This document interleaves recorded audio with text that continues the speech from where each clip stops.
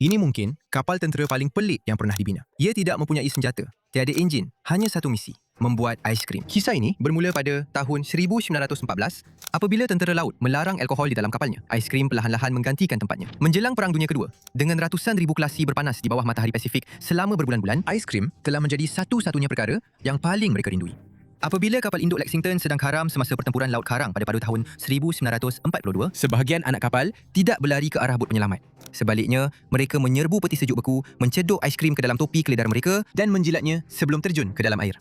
Pihak atasan melihat obsesi itu dan bukannya cuba menghentikannya, mereka memutuskan untuk menyemarakkan lagi. Pada tahun 1943 sahaja, tentera Amerika telah menggunakan 135 juta paun campuran aiskrim kering. Kapal induk besar mempunyai mesin aiskrim sendiri dan mereka juga akan memberi ganjaran aiskrim kepada kapal pemusnah kerana menyelamatkan juruterbang yang terhempas di laut. Tetapi, kapal yang lebih kecil seperti kapal pemusnah, kapal selam dan bot peronda tidak mempunyai ruang untuk penyejukan.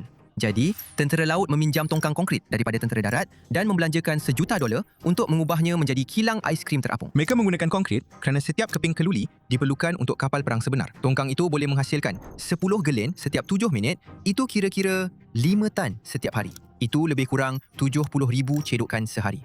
Lebih daripada cukup untuk saya. Namun, tongkang itu tidak boleh bergerak dengan kuasa sendiri. Jadi, bot tunda menariknya mengelilingi Pasifik di mana ia membekalkan aiskrim kepada mana-mana kapal yang memerlukannya. Dan ia bukan satu-satunya, ada dua lagi. Secara rasmi, ia adalah kapal simpanan sejuk yang membawa 1,500 tan daging beku.